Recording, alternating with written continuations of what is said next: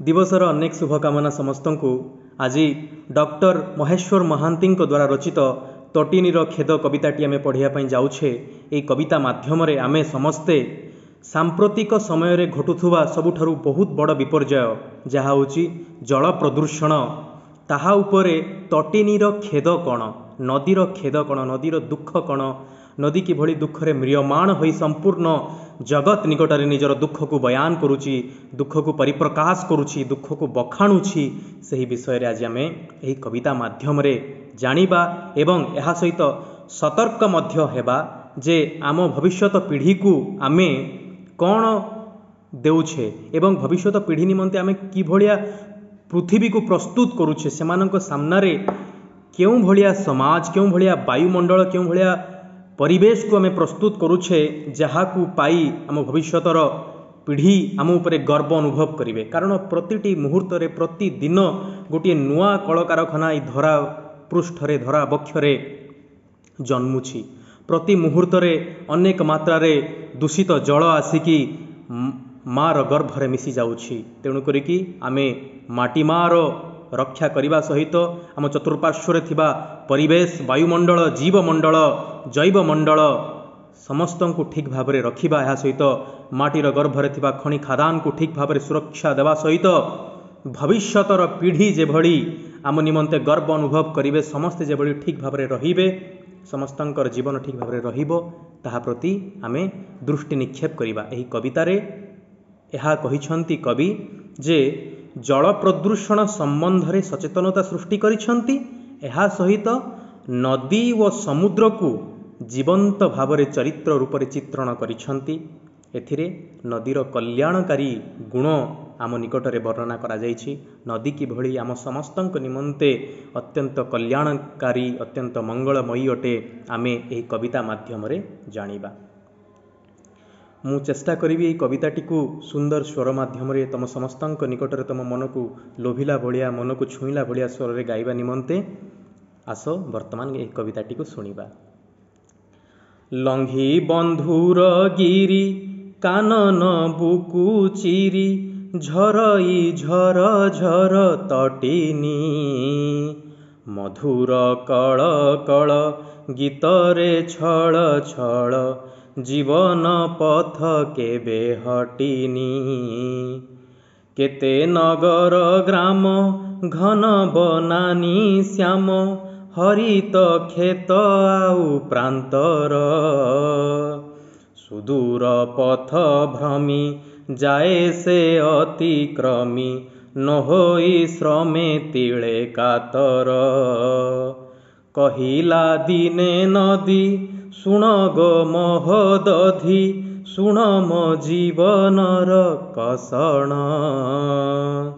मानव शिशु आजी घोर दानव साजी, हरिछि मोर सबु भूषण। मोतीरे गोढ़ी कल तेजी दूषित जल, करिछि तनु मोर आबिल, हरिछि सबु शोभा जनलयन लोभा, जुर करिछि रूप छबिल। भरुछि अकातरे नीति मोर गात्रे, जाबत आवर्जना ताहार, फुटेनी पद्म कली लुटेनी मधुअली, करे मु विष मात्र आहार। किया केत की बन बेतस कुंज घन, मोतीरे शून्य आजी सिंधु गो, काहीं बिहग गान कोकिल कुहुतान, जहूँ झरई मधु बिंदु गो। सुनी तटिनी बाणी बक्ष को नेई टाणी, कहिला सिंधु गिरी कन्या गो, लभीश्वर कृपा तुअटु मातृरूपा, तुही तो जगतरे धन्या गो। मानव महाबली प्रकृति पादे दली, न मानि विधातार नियम करुछि आजी जाहा काहीं ता पाई राहा लभिब दिने फल चरम गाई कर्मर जय देई अमृत पय पोषुछु कोटि जन पराणी झरुचु झरुथिबु पराण भरुथिबु तुही तो जगतर कल्याणी। डॉक्टर महेश्वर महांती केते सुंदर भावरे नदीटी को जगतर कल्याणी बोलिकी एठारे संबोधन करिछंती। मु समस्त को कही रखे ये जो स्वर मु गाइची ताहा हरेन कुमार परीक्षा सारंकर द्वारा ये स्वरटी गान करा जाइछि। मु तांको ठारु ये स्वरटी शिखिछि, तांको बहुत धन्यवाद। वर्तमान आमे ये कविताटी को शिखिबा पई जिबा। एही कविताटी रे तोटिनीर खेद को देखा जाइछि। तोटिनीर खेदर अर्थ होउछि नदीर खेद, नदीर दुख कौन। सांप्रतिक समय नदीर सबुठारु बहुत बड़ दुख होउछि नदी पूर्व भली आ विशुद्ध होई रही नाही। जेभली भाबरे आमे गंगा जल को सबुठारु पवित्र बोली मानुथुलु, आज विश्वर सबुठारु अनेक बृहत्तम दूषित नदी भितरे गंगा जल, गंगा नदीर मध्य गोटे बहुत बड़ स्थान अछि। यह सबुठारु अत्यंत संतापर विषय, दुखर विषय, परितापर विषय जे आम्भे समस्ते आम नदी को जो भली भाव सम्मान दौथुलु प्राचीन पुराण समय जदि आमे इतिहास पृष्ठा को जदि लेउटाइबा ताहले आमे देखि परिबा जे नदी को किभली भाव समस्ते सम्मानर सहित देखुथिले, नदी जल को किभली समस्ते सम्मानर सहित देखुथिले, सूर्य को अर्घ्य देउथिले नदी जलरू ऋषि मुनिगण। तेणु आज नदीर सबुठारु बहुत बड़ खेद, बहुत बड़ दुख हेउछि जे नदी जल संपूर्ण रूप से अशुद्धि हो जाइछि, विशुद्धता तिले मात्र नाही। तेणुकरी नदीर सबुठु बहुत बड़ दुख एहा। नदी एठारे कहूछि लंघी बंधुर गिरी कानन बुकु चिरी झरई झर झर तटिनी मधुर कलकल गीतरे छल छल जीवन पथे केबे हटिनी। जदि कोनोसी नदीर कूल पाखरे जदि आमे बसिकी शांत मनरे, शांत वातावरण रे जदि बसिबा, मनरे प्रशांति भरी जाइथिबो, सेही समय जदि कान को देई जदि भलरे शुणिबा, ध्यानमग्न ऋषि भली जदि आमे शुणिबा ताहले शुणी पारिबा नदीर कुळुकुळु नादर केते सुंदर स्वर गोटिए, प्राकृतिक सुंदर स्वर गोटिए केते सुंदर। एवं कहूछिए लंघी बंधुर गिरी कानन बुकु चिरी। बंधुर गिरी अर्थात अत्यंत घंच पहाड़ वन गिरी कंदर को से लंघन करी, कूल लंघन करी अग्रसर होई अत्यंत आगु जाई थाए, आगु माड़ी चली थाए। नदीर सबुबले रूप होउची से सबुबले अग्रगामी होई थाए, सबु समय रे सी अग्रगामी होई थाए। जीवनर जेते बड़ बंधुर पथ हेउ पछके, जेते बड़ दुर्गम पथ हेउ पछके, दुर्धस पथ हेउ पछके, सबुबले नदी ठारु आमे हा सिखिबा जे एहा सबुबले अग्रगामी, सबुबले आगु माड़ी चलु थाए। आम जीवनर युद्धरे मध्य आमे समस्ते से भली आगु माड़ी चलिबा सिखिबा दरकार। तो नदी बंधुर गिरी पथर पहाड़ पर्वत को लंघन करी काननर जंगलर बुकु को चिरिकी, छाती को चिरिकी सुंदर रूप नहीं कुळुकुळु नाद सहित आगु माड़ी चली थाए। जीवनर पथरे से केबे पछघुंचा देई न थाए, पछघुंचा देई से केबे भी हटी न थाए। जे भली बंदीर आत्मकथारे गोपबंधु दास लिखिचंती पछघुंचा नाही वीरर जातके न मरु से केबे पराण आतंके। ठीक सेही भली नदीर ठारु आमे एहा सिखिबा जे से केबे पछघुंचा देई न थाए, अग्रगामी होई आगु केवल माड़ी चली थाए। केते नगर ग्राम, केते घंच बनानी, केते जंगल को माड़ी हरित खेत अर्थात सबुज खेत को माड़ी विभिन्न प्रांत को छुई से आगु माड़ी चली थाए। सुदूर पथभ्रमी जाए से अतिक्रमी, सुदूर पथभ्रमी दूर दूरांतर अनेक जगह को छुई छुई कि से आगु माड़ी चली थाए। न होई श्रमे तिले कातर, टिके भी कातर होई न थाए, टिके भी से व्यतिव्यस्त होई न थाए, टिके भी ता मनरे कौनसी प्रकार भीत संचार होई न थाए, भय संचार होई न थाए, भय जात हो न थाए। से भली से श्रम को पछको भूली बिना दुई धारे से आगु माड़ी चलु थाए। दिने नदी कहूची कहिला दिने नदी शुणो गो मोहदधी, समुद्र को पाखरे डाकी कहउचंती हे मोहदधी मते मो कथा शुण, हे समुद्र मो कथा शुण, मो जीवनर कषण कौन, मो जीवनर दुख कौन, मो जीवनर सब बड़ संताप क्लिष्ठ कौन, ताहा हेउछि मानव शिशु आज घोर दानव साजिची। किए घोर दानव साजिची, किए बड़ राक्षस साजिची? मानव शिशु। आमे समस्ते यही मानव समाज आज राक्षस साजिची। राक्षस साजी कौन करुछि? मोर सबु प्रकार भूषण मोठू छड़ाई नहीं। जेभली भावरे आमे गंगा जल को अत्यंत पवित्र बोली मानुथुलु, नदीर गर्भरे आमे अनेक प्राकृतिक संपद रे भरपूर थिबा जिनिस को आमे पाउथिलु, आज ताहा आमे पाई पारु नाहु। नदीर गर्भ को जदि आमे जीवा ताहले हमको विभिन्न प्रकार विषाक्त पदार्थ हमको मिलिबो, कीटनाशक पदार्थ हमको मिलिबो। अत्यंत दुखर कथा, कल कारखानार वर्ज्य वस्तु आमे नदीर गर्भरु आमे पाइबा, शब पाइबा, पोशाक पत्र पाइबा। आमे मनीष समाज जहाँ दैनंदिनर नित्य व्यवहार्य जिनिस जहाँ व्यवहार करुच्ची ताहा सबू नदीर जलरे, नदीर गर्भरे मिसाई दउची। अक्लेशरे बिना द्विधारे बिना किछि चिंता करिकी, बिना कौनसी संकोचरे नदी जलरे ताहा मिसाई देउछि। ताहा अत्यंत दुखर विषय अटे। मो तीरे गढ़ी कल तेजी दूषित जल, करिछि तनु मोर आबिल।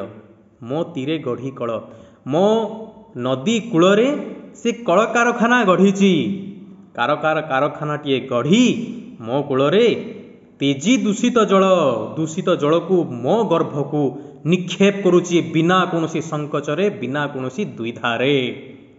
करिछि तनु मोर आबिल, मो तनु को मो शरीर को संपूर्ण रूप से नष्ट करिछि, छिनभिन करि छारखार करिछि। कौन पाई? कारण मो तीरे मो कूଳରେ से कारखाना गढ़ी ता दूषित जल को ता कलकारखानार निर्गत अनेक वर्ज्य वस्तु को मो जल मिसाई दउछि, जा फल कि मो गर्भरे जन्म नेउथुबा, मो गर्भरे निजकू सुरक्षित मने करुथुबा अनेक नदीरे थिबा प्राणी, जलज पदार्थ, जलज उद्भिद से माने सबू मरी जाउछंती, अधीन रे मरी जाउछंती। आज केते सारा जलज प्राणी आज से माने समस्ते विरल प्रजाति रे जाई सम्मिलित हेलेनी, ताहार गणना करिबा सतरे अत्यंत अक्लेष्ट अटे। हरिछि सबु शोभा जन नयन लोभा, जुर करिछि रूप छबिल। अर्थात मोर सबु किछि शोभा को सी मोठू छड़ाई नहीं, मोठू हरण करी नहीं, जुर करिछि रूप छबिल। मोर जो सुंदर रूपटी थिला, मोर जो मनोलोभा रूपटी थिला, जदि इतिहासर पृष्ठा जदि आमे खोली देखिबा ताहले नदीर कूଳରେ कवि माने बसी गीत लेखुथिले। राधानाथ राय नदी कूଳରେ माने ह्रदर कूଳରେ, चिलिका ह्रदरे पाखरे बसी सीए कविताटीए लेखुथिले, जहाँकि कहा जाइछि सुंदर तृप्तिर अवसाद नाई, जेते देखुथिले नुआ दिशुथाई। से कथाटी वर्तमान आम देखी पारुनु। से छबिल, से मनोलोभा, से मनोरम सुंदर रूपटी, से सुंदर प्राकृतिक रूपटी आज संपूर्ण रूपे इतिहासर पक्षरु विलुप्त हो जाइछि। आउ जुर करिछि रूप छबिल, जुर करिबा नष्ट करि दैछि मोर सुंदर मनोलोभा रूप को। से मानव समाज रो से शिशु जी कि आज दानव पलटि, जी आज राक्षस पलटि, सी मो रूप को संपूर्ण भाव में नष्ट कर देछि। भरुछि अकातरे नीति मोर गात्रे, जाबत आवर्जना ताहार, फुटेनी पद्म कली लुटेनी मधु अली, करे मु विष मात्र आहार। देख केते दुखरे नदी आज तार खेद को बयान करुछि, बयान करी करी ता दुख को बयान करी करी वर्तमान यहाँ कहूछि अकातरे, बिना कौनसी संकोचरे, बिना कौनसी द्विधारे, अक्लेशरे मो भितरे विष भरण करुछि, मो भितरे विष को पुरुछि। मो गात्रे, मो गर्भरे सबु समय रे अनेक प्रकार जावतीय आवर्जना वर्ज्य वस्तु, कलकारखानार निर्गत समस्त प्रकार वर्ज्य वस्तु को मो गर्भरे प्रतिरोपण करुछि, मो गर्भरे निक्षेप करुछि बिना द्विधारे। आज मो गर्भरे जो पद्म कढ़ी फुटुला, जो सब सुंदर रूप फुटुला, जो सब कारण निमंते मु संपूर्ण विश्व दरबार रे निजर गोटे स्वतंत्र सुंदर रूप प्रतिष्ठा करी, ताहा आज आउ नाही। ତାହା ସମ୍ପୂର୍ଣ୍ଣ ରୂପରେ ଲିଭି ଯାଇଅଛି। କିଆ କେତକୀ ବନ ବେତସ କୁଞ୍ଜ ଘନ ମୋତିରେ ଶୂନ୍ୟ ଆଜି ସିନ୍ଧୁ ଗୋ। ହେ ସିନ୍ଧୁ ଗୋ, ହେ ସମୁଦ୍ର ଦେବତା, ଆଜି ମୁଁ ସମ୍ପୂର୍ଣ୍ଣ ରୂପରେ ଶୂନ୍ୟ ଗର୍ଭା ହୋଇଯାଇଅଛି। ମୁଁ ରକ୍ତ ଗର୍ଭା ହୋଇ ଆଉ ରହିନାହିଁ। ମୁଁ ସମ୍ପୂର୍ଣ୍ଣ ଭାବରେ ଶୂନ୍ୟ ଗର୍ଭା ହୋଇଯାଇଅଛି। ମୋ କୋଳ ପ୍ରକୃତିର ବିଭିନ୍ନ ପ୍ରକାରର ସମ୍ପଦରେ ଯାହା ଭରପୁର ହୋଇକି ଥିଲା ତାହା ଆଉ ଆଜି ଆଉ ସେଇ ସମ୍ପଦରେ ପରିପୂର୍ଣ୍ଣ ହୋଇକି ରହିନାହିଁ। ମୁଁ ସମ୍ପୂର୍ଣ୍ଣ ଭାବରେ ଶୂନ୍ୟ ଗର୍ଭା ହୋଇଯାଇଅଛି। ମୋ ଗର୍ଭ ସମ୍ପୂର୍ଣ୍ଣ ଭାବେ ଶୂନ୍ୟ ହୋଇଯାଇଛି। କିଆ କେତକୀ ପଦ୍ମ କେତେ ପ୍ରକାରର ପ୍ରାକୃତିକ ସମ୍ପଦ, ଜଳଜ ଉଦ୍ଭିଦ, କେତେ ସାରା ସୁନ୍ଦର ସୁନ୍ଦର ଜଳଜ ପ୍ରାଣୀ ସବୁ ଥିଲେ, ତାହା ଆଜି ଆଉ କେହି ରହିନାହାନ୍ତି। ଧୀରେ ଧୀରେ କାଳର କରାଳରେ ମୋ ଗର୍ଭରୁ ଧୀରେ ଧୀରେ ଲୁଚି ଯାଉଛନ୍ତି, ହଜି ଯାଉଛନ୍ତି। କାହିଁ ବିହଗ ଗାନ କୋକିଳ କୁହୁ ତାନ ଯହୁଁ ଝରଇ ମଧୁ ବିନ୍ଦୁଗ। ସେ ବିହଙ୍ଗର କାନନ, ବିହଙ୍ଗର ସେଇ ଗାନକୁ ଆମେ ଆଉ ଶୁଣିପାରୁଛୁ? ସେଇ ପକ୍ଷୀମାନଙ୍କର କୁହୁ କୁହୁ, ପକ୍ଷୀମାନଙ୍କର ରାବକୁ, କୋଇଲିର କୁହୁ କୁହୁ ଗାନକୁ, କୁହୁ କୁହୁ ତାନକୁ, ପ୍ରକୃତିରେ ଥିବା କେତେ ସାରା ପକ୍ଷୀମାନଙ୍କର ସେଇ ରାବକୁ କ'ଣ ଆମେ ଶୁଣିପାରୁଛୁ କାନ ଡେରିକି? ନା, ତାହା ଅତ୍ୟନ୍ତ ଦୁଃଖର ବିଷୟ। କାରଣ ଜଙ୍ଗଲ କଟୁଛି। ଯେତେବେଳେ ଜଙ୍ଗଲ କଟୁଛି ସେଇ ଜାଗାରେ କଳକାରଖାନା ଗଢ଼ି ଉଠୁଛି। ଯାନ୍ତ୍ରିକ ଯୁଗର କଂକ୍ରିଟ ମଣିଷ ଆମେ ସମସ୍ତେ କଳକାରଖାନା ଗଢ଼ୁଛୁ। ବିନା ଦ୍ୱିଧାରେ, ବିନା କିଛି ଚିନ୍ତା କରିକି କଳକାରଖାନା ଗଢ଼ୁଛୁ। ଭୁଲି ଯାଉଛୁ ଯେ ଅମ୍ଳଜାନର ପ୍ରକୃତ ରୂପ କ'ଣ। ଆଜି ସାମ୍ପ୍ରତିକ ପରିସ୍ଥିତିରେ 2021 ମସିହାରେ, ଏକବିଂଶ ଶତାବ୍ଦୀରେ ସବୁଠାରୁ ଯଦି ଅଧିକା ଦରକାର ପଡ଼ୁଛି ତାହେଲେ ଗୋଟେ ପ୍ରକୃତିର ଗୋଟେ ସୁନ୍ଦର ପରିବେଶ ସହିତ ଗୋଟିଏ ସୁନ୍ଦର ସ୍ୱଚ୍ଛ ଗୋଟିଏ ବାତାବରଣ ଆଜି ଆମେ ପାଇପାରୁଛୁ, ତାହା ସବୁଠାରୁ ବଡ଼ ପ୍ରଶ୍ନ।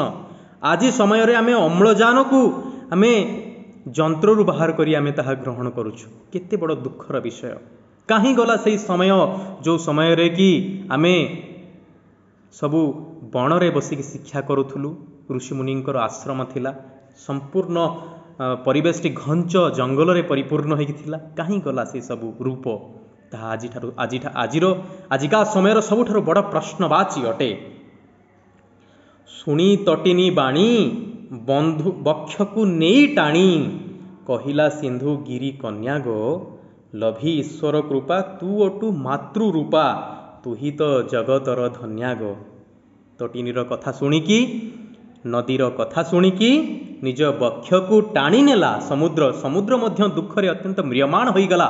ନଦୀର କଥା ଶୁଣିକି ଅତ୍ୟନ୍ତ ଦୁଃଖ ଅନୁଭବ କଲା ଏବଂ କହିଲା, ହେ ଗିରି କନ୍ୟା, ହେ ପର୍ବତରୁ ଜନ୍ମିତ କନ୍ୟା, ହେ ନଦୀ, ତମେ ହେଉଛ ସବୁଠାରୁ ପବିତ୍ର। ତମେ ଗିରି କନ୍ଦରରୁ ଜାତ ହୋଇଥିବା ସେଇ ପବିତ୍ର କନ୍ୟା। ତମେ ସମ୍ପୂର୍ଣ୍ଣ ଜଗତକୁ ଜଳଦାନ କରୁଥିବା, ଜଳ ଯୋଗାଉଥିବା ଗୋଟିଏ ମୂର୍ତ୍ତିମନ୍ତ ପ୍ରତୀକ ଅଟ। ତମେ ଜଣେ ଦେବୀ। ଈଶ୍ୱରଙ୍କ କୃପା ଲାଭ କରିକି, ମାର ରୂପ ଧରିକି ତୁମେ ଏହି ଜଗତକୁ ଧନ୍ୟ କରିଛ। ଜଗତ ଆଜି ତମ ନିମନ୍ତେ ନିଜକୁ ଧନ୍ୟ ମନେ କରୁଛି, କାରଣ ଜଗତକୁ ତୁମେ ଜଳଦାନ କରୁଅଛ। ତମ ନିମନ୍ତେ ଆଜି ସମସ୍ତଙ୍କର ଶୋଷ ଆଜି ମେଣ୍ଟୁଛି।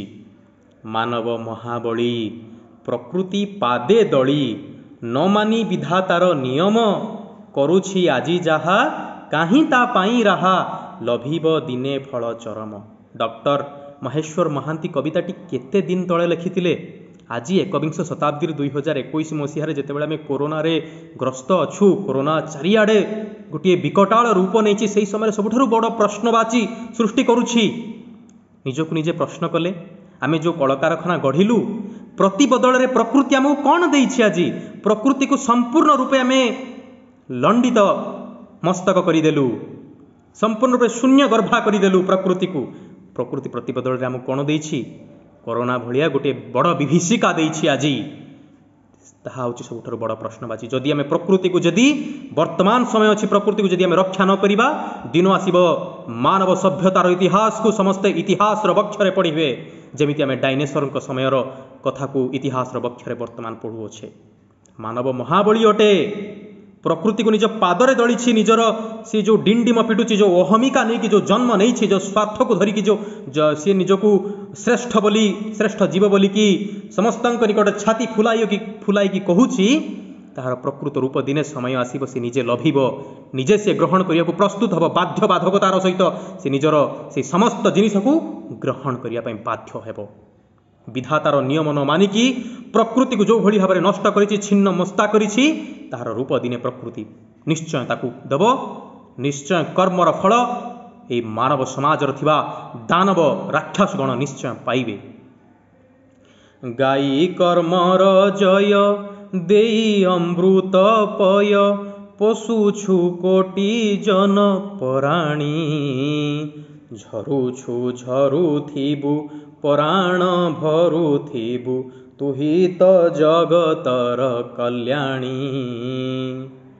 कर्मर जयगान करिकी समस्त को तू अमृत पान करुअछु तू अमृत जल दौछु पय अमृत जल तू प्रदान करुअछु संपूर्ण मानव सभ्यता आज तो निकटरे चिर ऋणी हे गिरी कन्या हे तटिनी हे नदी तू होचु मातृरूपा तू होचु माँ भलिया गोटे रूप तू समस्त को जलदान करी समस्त तृष्णा निवारण करुचु समस्त शोष तू मेंटुअछु तेणुक तू झरुथिबु जेते बड़ पर्यंत सूर्य पूर्व आकाश उदय होई पश्चिम आकाश अस्त होउछंती सेते दिन पर्यंत सूर्यंक भली निराट सत्य भलिया अकाट्य सत्य भलिया तू मध्य अकाट्य सत्य भली रहिबु।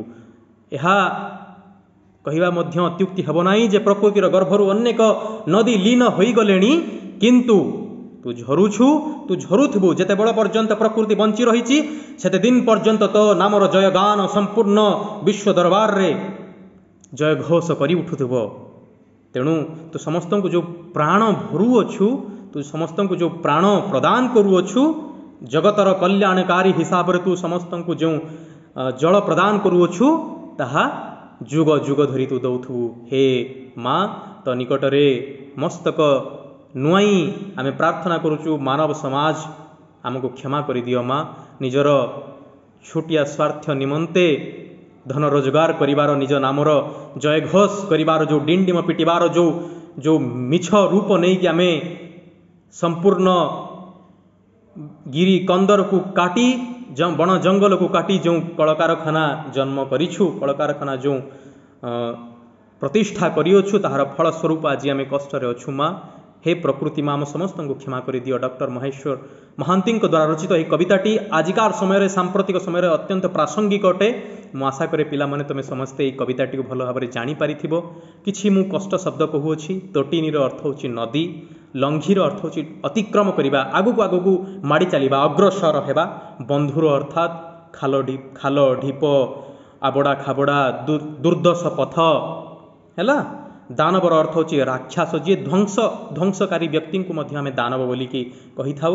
भूषणर अर्थ होछि अलंकार सुंदरता को दर्शाइबा पई सौंदर्य को दर्शाइबा पई आमे भूषण लगाई थाउ। जुर अर्थात नष्ट करिबा लुंठन करिबा छड़ई नबा। गात्र अर्थात देह बा शरीर। विहंग अर्थात पक्षी। पय अर्थात जल। पराणी अर्थात प्राणी। गिरिकन्या अर्थात पर्वतर झील अर्थात नदी बा झरणा को कहा जाइए। महोदधीर अर्थात होची समुद्र। कषणर अर्थ होची दुख कष्ट। एहिभଳି भाବରେ ଏହି ପାଠଟି समाप्त होईछि। मु आशा करे तुमको ये पाठटी भल लगिला। समस्ते मन रख पिले निज जन्मदिन रे आमे विदेशी पाश्चात्य सभ्यता को आपणाई आमे जो काम करुछे दीप लिभेकी जो काम करुछे बरं दीपटी जालिकी प्रकृतिर रूपरे प्रकृतिर पक्षरे गोटे नुआ गछटी जदि लगाइबा ताहले संपूर्ण विश्व को गोटे नूतन राह आमे देखाई परिबा।